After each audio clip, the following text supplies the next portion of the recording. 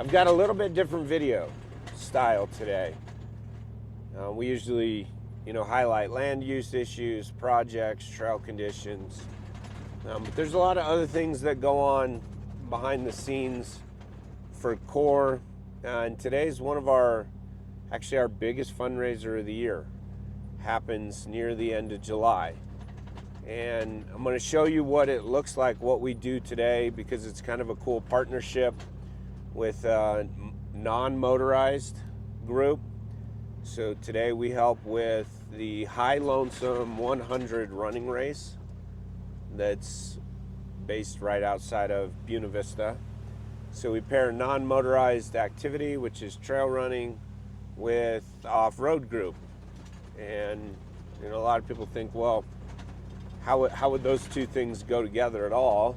And hopefully by the end of the video showing you what happens today, you'll have a better understanding of why we do this, what we do, how it benefits our organization in the long term, and then how we can help show other user groups the value in what we do, and that we're all out in the mountains together having a good time. We may choose different recreation opportunities, but at the end of the day, we're all users in the mountains, and frankly, we're all using motorized routes and systems to enjoy the things that we like to do in the backcountry. A lot of people already out on Cottonwood Lake. So what we help with this running race is an aid station, and not necessarily running the aid station. We help with runners' crew. So if you're not familiar with running races, or frankly 100-mile running races, which is, I can't even imagine, that's just insane for me to contemplate, but it takes a lot of work, and not just by the runner, which is obvious. It takes a lot of work to train and then to actually run a 100-mile running race, but it takes a lot of work with a runner's crew, which are people that help them out throughout the 100-mile race. So there are several aid stations that are set up. Some of them your crew, people that would be helping you out if you're running this, can access, and then some of them that are just staffed by race personnel. Well, the first crew aid station is up here above Cottonwood Lake at the Green Timber Gulch trailhead. And if you've ever been to Green Timber Gulch, you know that it's a really small parking area that might be big enough for 5 or 6 vehicles comfortably to fit in. So when you have several hundred runners that are coming through, and then 2, 3, 4, 5 people that may be helping you out during your race, there's nowhere to park that many cars up at the Green Timber Gulch trailhead. This is a fully permitted event through the U.S. Forest Service, Salida District. And the idea they came up with was there's a lot of big dispersed camping areas below the aid station, but above Cottonwood Lake here, is to use one of those big dispersed designated camping areas, I'll show you it up here, and then to park cars. And then from there, they needed to get people from the parking area up to Green Timber Gulch. And that's where we came in, is we are the shuttle crew, CORE. Our volunteers are the shuttle crew that work today to help park cars, get people into vehicles and all their gear, get them up to the aid station, and then we just kind of run looping shuttles all day, so that when people have met their runner and they're ready to come back, then they jump in the next shuttle and zip back down the road, get in their car, and then head up to the next aid station where they can meet their runner. So I'm up here at the Green Timber aid station. This is a Green Timber trailhead right here. So the runners will come down there, go across the bridge, come across here behind this Osprey sign over there to the aid station. So what we do is we come in, we make this loop, dump people off about where that red truck is or where my Jeep's at, and they make their way over there, get set up to meet their runner. And then when they're done, we pick them up right here again, take them down the road back to the parking area. I'm heading back down now. It's really early in the morning, so we don't have a lot of runners that I just took the first load though, so some people's runner was killing it out of the gate this morning. They're barely set up at that aid station. We already had somebody coming up here extremely fast. But it's kind of cool to help out, because a lot of times people don't understand the crossover with all this. So I'll talk about the main route more a little bit later, but they're where they come over. So they're on the Tin Cup side. They go through, excuse me, not the Tin Cup side. They're on the St. Elmo side. They run through St. Elmo and they go up the first part of Tin Cup Pass, that's what I meant to say, to the Poplar Gulch trailhead, which is a single track there. They go up Poplar Gulch, run over the top, and come back down this side on Green Timber side to this aid station. And Central Colorado Mountain Riders, which is CCMR, motorcycle club, that is based out of Salida, that is their adopted trail, the single track, Poplar and Green Timber. So a lot of times they'll go up and do work on it, maintenance, cut out trees. One year for a 14er Fest project, we actually put up that kiosk sign there for the event project, and we had several, Chad and Angie and others from Central Colorado Mountain Riders come out and help us bring that kiosk up, and we kind of provided the manpower to dig the holes and put it in the ground. So that shows, all the uses and do's and don'ts of the trail. So it's kind of cool that this race course, and like I said, I'll talk more about the overview in a bit, uses a lot of roads, uses many of our adopted trails, uses some motorized adopted single track, and then obviously other sections of single track too. But it's kind of cool. That's why we all kind of get together and help out pull this off. And this is kind of the orientation down here. So before anybody gets upset, because every once in a while I have comments when we post pictures of what we're doing and how we do this without a video or context, this event is, as I said before, 100% approved by the Salida Ranger District. And this lot, I call it a parking lot, it's outlined by Buck and Rail. This is a designated dispersed camping area and is a group camping area. As you can see down there, those people don't have anything to do with the race. They're already camped here because this is not exclusive use for the race. We are allowed to use it, but it is still open to the public for camping. So we're not parking cars on just open vegetation. We're getting off the trail. This is actually designated area for doing large camps, group camps, and we utilize it for half of a day for parking.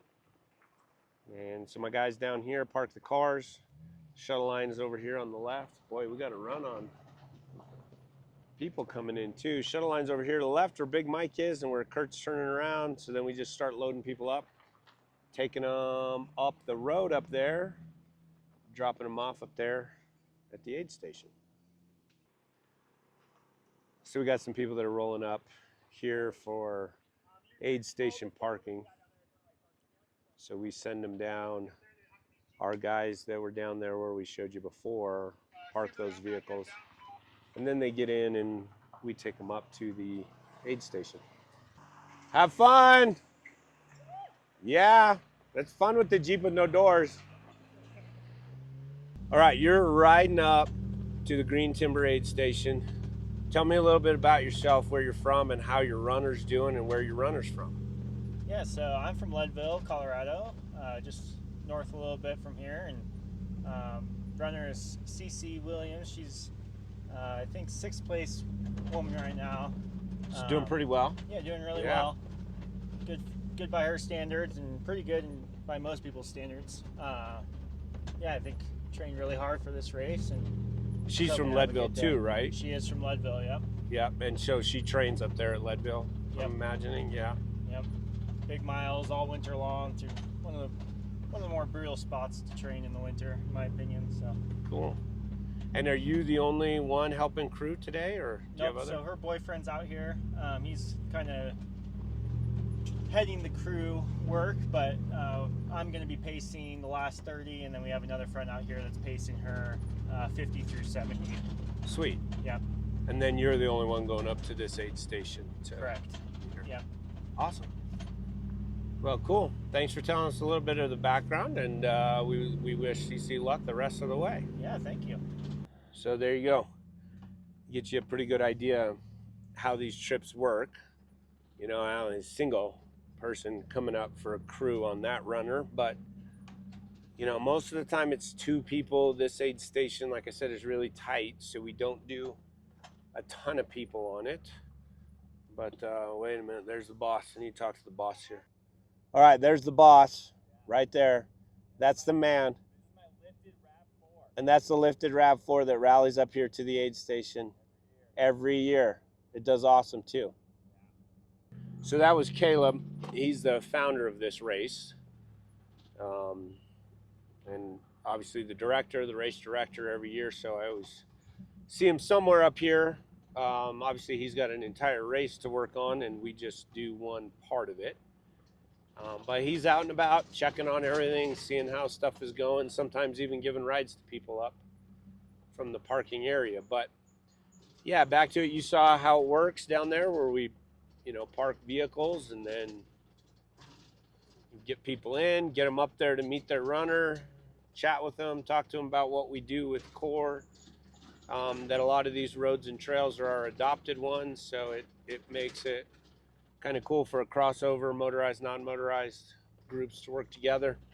The other thing is, I mentioned this briefly before, but this is the largest fundraiser for CORE every year.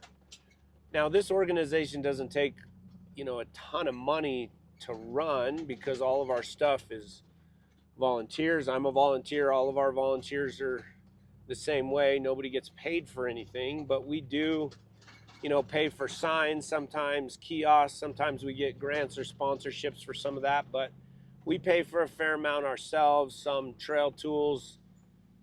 We, you know, sometimes pay for equipment rentals. Sometimes I get equipment donated with some of our guys. We're very fortunate, but we always, you know, pay for fuel and send them money for what we would consider a rental, not like an open market, what we would pay for a rental, but there's wear and tear on that equipment. There's, you know, time if they've pulled that off a job or something like that, or, you know, it takes money to operate equipment. In mountainous environments like what we do is hard on equipment. We've had to replace tracks on excavators before and stuff like that. So we always, you know, we get the donation for the operating time, but we always, you know, send our people that send us up equipment money for that. So, you know, these riders pay the race each, it's like $10 a person. They pay to get a ride. The race collects all of that, and that's their donation to CORE. So then the race donates that money to CORE at the end. And then, like I said, that's what we use to do all the stuff, or a lot of the stuff that you see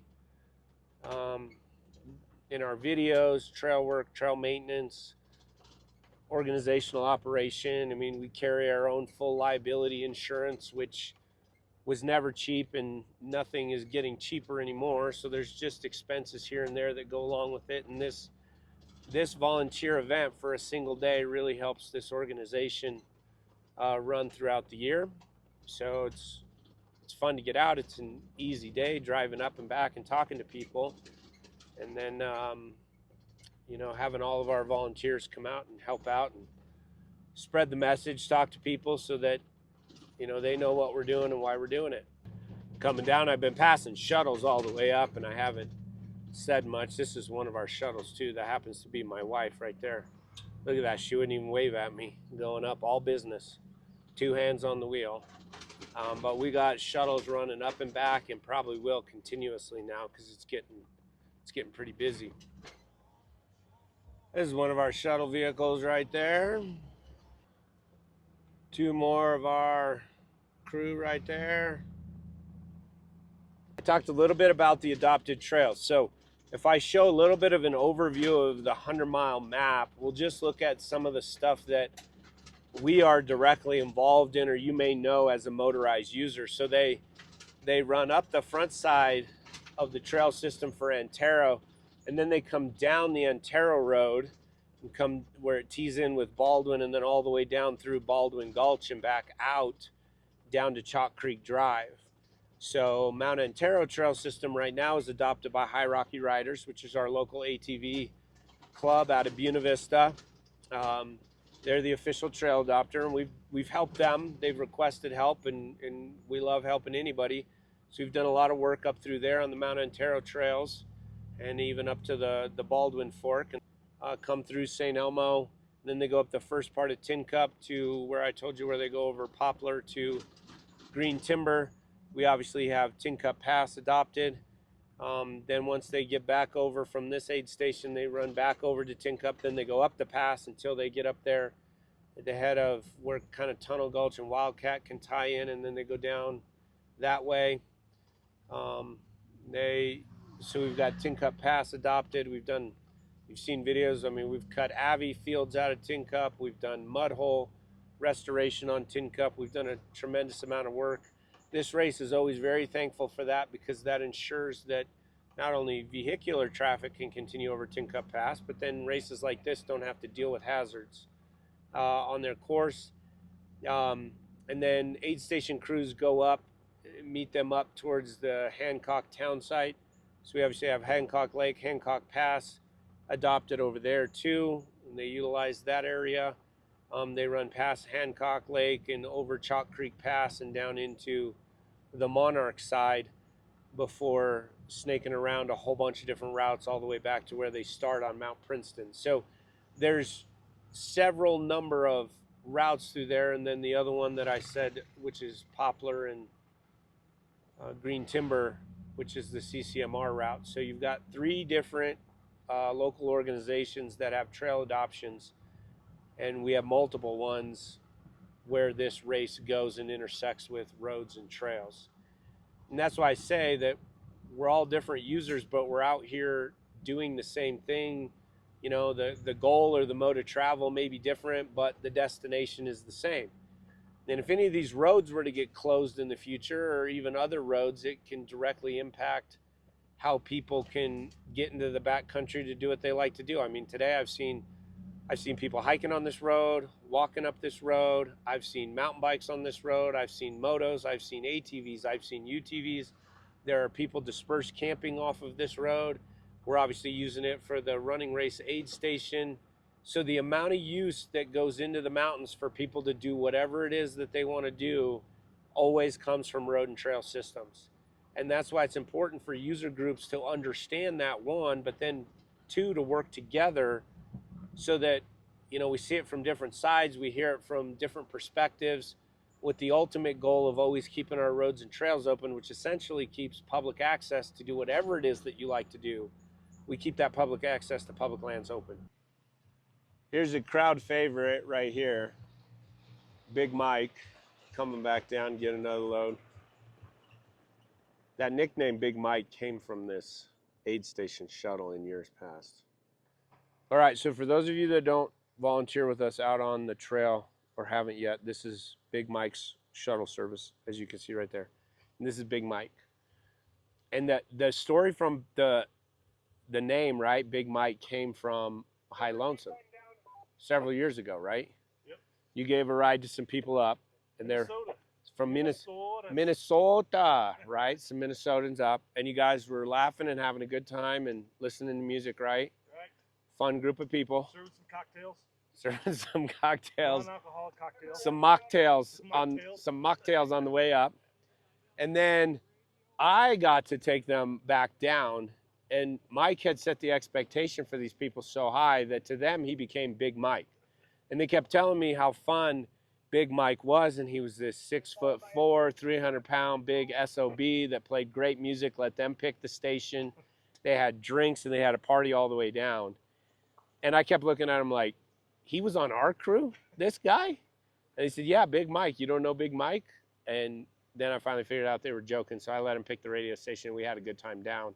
I didn't have anything to drink with me at the time, but that's where Big Mike came from. And then the next year he showed up, and we have Big Mike shuttle service decals. which are on this Jeep a lot, right? Every time. Every time. So if you come out in the future to the volunteer at 14er Fest and see him at the beer garden, that's Big Mike's beer service, serving beer there. And then if you come out and do Highlonesome, we got Big Mike's shuttle service. And then if you come here. on any of the trail work, you have Big Mike's Kitchen. That's right. Mike cooks lunch for us a lot on the trail too. So if you come out and volunteer any of the project requests and Mike is there, you'll have something special at lunch too. We're either doing pizzas, or we'll do some smash burgers, or maybe some tacos, or... It's always something good. Trust me. It doesn't matter what it is. It's something awesome. When you're on the trail, anything tastes good. That's right. When a good day's work, and then it all tastes good. Everything tastes better outside. That's right. So, all right. So now everybody knows the story behind Big Mike and Big Mike's shuttle service. One other thing I would mention: the Core Trail Crew stickers there, the Yetis, and then got one on the Jeep up here too. Those are volunteer and project stickers. So the only way you get those is if you come out and volunteer with us, you get those on a project. So if you see those on vehicles anywhere, or maybe you want one on your vehicle, because we are in Colorado and stickers are worth more than money in Colorado sometimes. If you want one of those stickers, you got to watch for our volunteer requests. You got to come out, volunteer with us to get your own Core Trail Crew sticker. All right, I'm here with the man right here. This is Caleb. Caleb founded this race and is the race director for all of the festivities that we have going on today. We started calling ours today a 4x4 excursion. I like it. Which is like part of a bonus option for crew. Okay. You know, then they get to participate in something today too. So, but tell us a little bit about the founding of the race. What on earth possessed you to develop this 100-mile course in the middle of the Swatch Mountains? Well, I came here when I was a young teenager and I fell in love and spent the rest of my life trying to be out here as much as I could. And I mean, anybody who's been here knows it's some of the coolest mountains in the world, some of the best access, wonderful recreation activities, great land managers, great partners. So everything about it's just top notch. And so putting on a race here was about showing the Swatch to people and getting people into stewardship and conservation work and using the race to just elevate all the things we need to be doing as users of public land. Right. And I've talked a lot about in the video today about our side of that same equation. So it made for a natural partnership. And I'm guessing your day's pretty full on race day, huh? It is. Yeah, it varies. Every year's got like something new that comes up and you're like, oh, I didn't see that coming. Right. But we got a phenomenal team. We've got 10 directors who all manage different teams. And then we got 25 aid station captains that are out running aid stations like this one you guys are bringing people to today. And then over 300 volunteers out filling all of the holes to take care of runners. And yeah, it's just a lot of problem solving, a lot of going to places, trying to find ways to improve. And then once we get close to the finish line, I have to go back there and hand out buckles for the next 18 and a half hours and not sleep. I don't get any sleep anymore because everybody's too fast. This is a long 2 days, if you haven't noticed, for Caleb. So what time did they start this morning? 6 a.m. 6 a.m. start. 37 hours to finish it, so 7 p.m. They get to finish it tomorrow. And then the front runner is probably around like 19 and a half hours, so they'll finish around 1:30. And then a.m., right? 1:30 a.m. Yeah, which is why I don't get to sleep anymore. You gotta be there. I gotta be there. Like, good job. Yeah. Here we are. are. It's kind of lame to not be there after they finish. Yeah, right. But yeah, it's a cool event. We got 225 runners this year, which is the most we've had. So being able to bring people up to this spot is impossible without you guys. Well, think about that. I mean, from an organizational standpoint, you just talked about 300 volunteers, 225 runners, and then all the crew that goes along with it too. Like, that is a mountain's worth of work to be able to put that together. And we talk about event planning and stuff, and and your race is probably the same way. I say it's a year's worth of work for like 2 days, right? Yeah. Like full season schedule, I mean, building. We're literally working on the race for next year already. Yeah, it takes so much effort. So there you go, behind the scenes look with the man himself that was out here to check on this aid station, see how the vehicle shuttle. It's going flawlessly. Going on. Top notch too. I feel like we've kind of got it down now. Dude, I don't want to jinx us, man. And I think we got a pretty good model. Yeah. And now you kind of seen behind the scenes. So we'll keep shuttling people up here. We'll let Caleb get on to the next place he's going. And yeah, we'll see how these runners do the rest of today and into tomorrow. So this is my first group headed back down. So you guys tell me how your runner did today. so far? Great, super great. Just ate a lot of food and left fairly quickly and did really good. Yeah, he was right on his split, so yeah. Cool. And so, like, most of our audience is our off-road group. What do you do at an aid station for a runner at like this type of a distance? This is like roughly 33 miles in, is that right? 31. 31. Yeah. And so what kind of stuff do you give them? What do you do at mile 31? Switch out their bottles, give them whatever they want. They usually know exactly what they want. So they have, like, our runner had their own drop bag and we just went and got it, and just new food. He ate like potato chips and little snacks and getting rid of all the trash out of his hydration pack. And then they have to do a gear check, so you got to make sure they have everything they need, and that's pretty much it. Just refuel. Fuel is key. Fuel's the big thing. Yep. And a gear check. Let me see. Yep, same thing. And same thing with your runner? Yeah. Yeah. Fuel and gear check. And they're feeling good. Were they where they thought they would be at this point of the race? He projected a certain time. He's probably maybe 15 to 20 minutes behind that at this point. At this point? Yeah, but just the way he behaved there, I mean, he's still the same social guy. Talking to everybody that was there, say, "Hey, Sam." Having a good time? Having a good time. That's a good sign. He went and took a tick on the screen, came back out, and Oh, that's awesome. loaded up and go. Cool. And what about your runner in the back? Were they on pace? Yeah, right on his Dead splits. on. Dead on. Okay. Yeah. Cool. Of course, the race doesn't start for another 50 miles. Yeah, right. This is is the early. warm up. Yeah, this is the warm up. Total warm up. Now tell me, where's everybody from today? We're from Orange County, California. You're in California Yes. and Oh, Austin, Texas. Texas. Canyon Lake, just north of San Antonio. okay. So we got California and Texas today.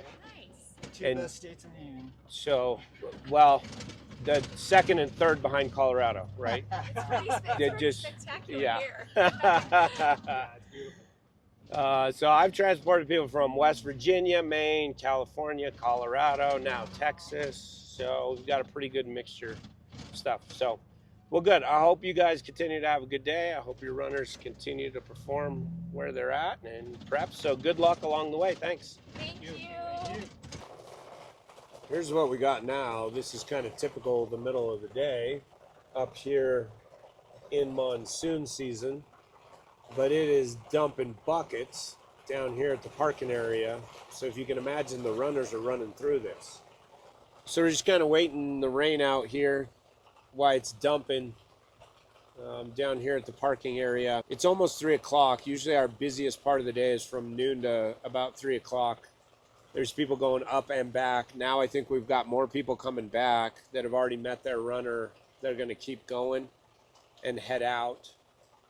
So we're sending more vehicles up than are sitting down here. I'm just kind of hanging out because I'm the only one in case there's still more crew. And there will be a few that'll come up that'll need to go up there.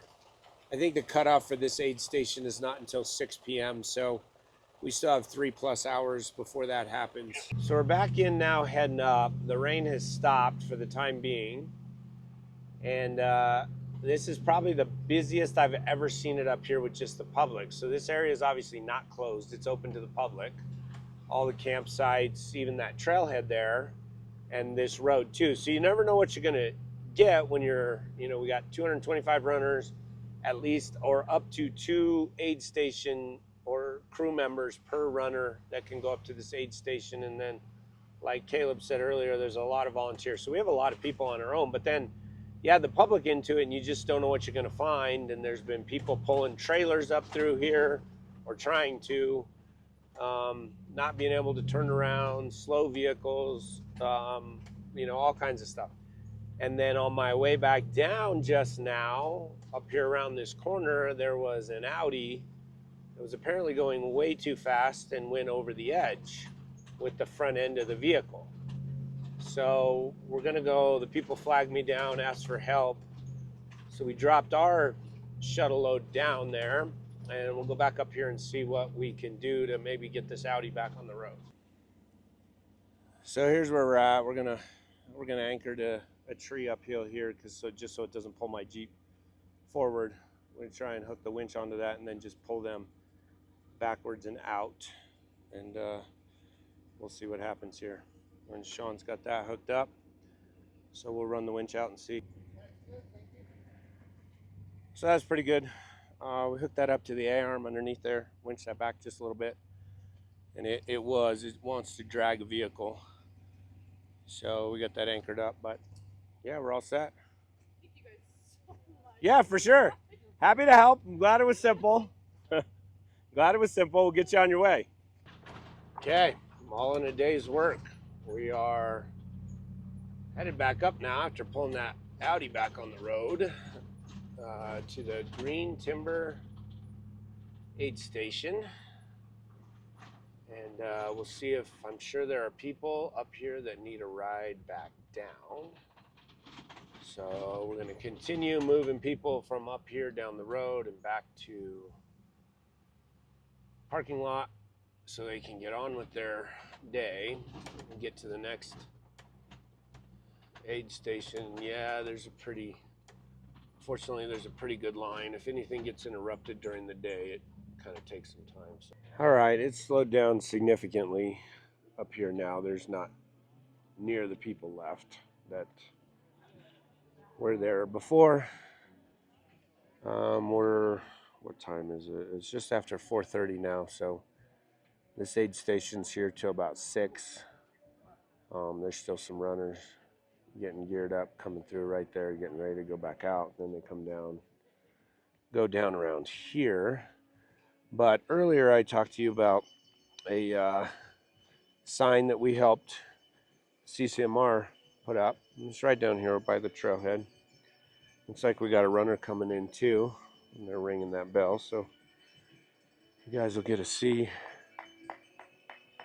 somebody coming in right here to the aid station. Coming up right there, here at the Cottonwood aid station. So this guy's 31 miles in right now of this race, coming in. Head over there, but this panel right here is one that we put up. It's kind of cool. It's got a multi-user.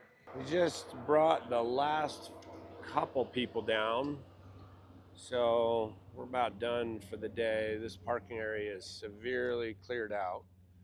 Now pretty much all that's left is just dispersed camping down here with the public.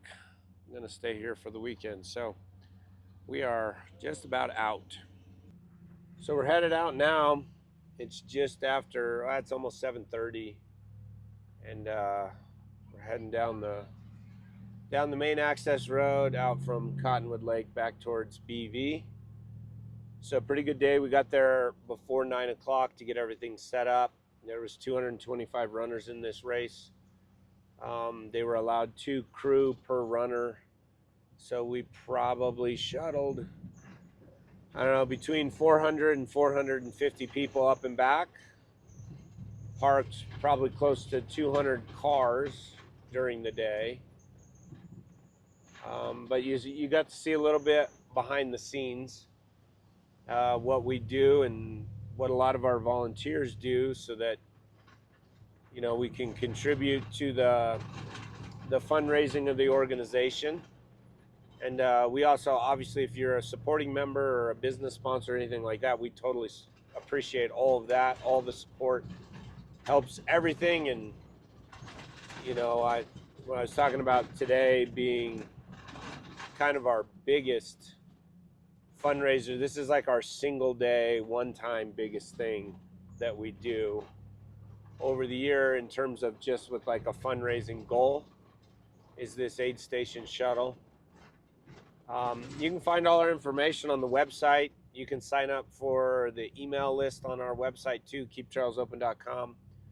I actually put out a volunteer request openly on our email, so several of the people that helped us today signed up just because of the email notification.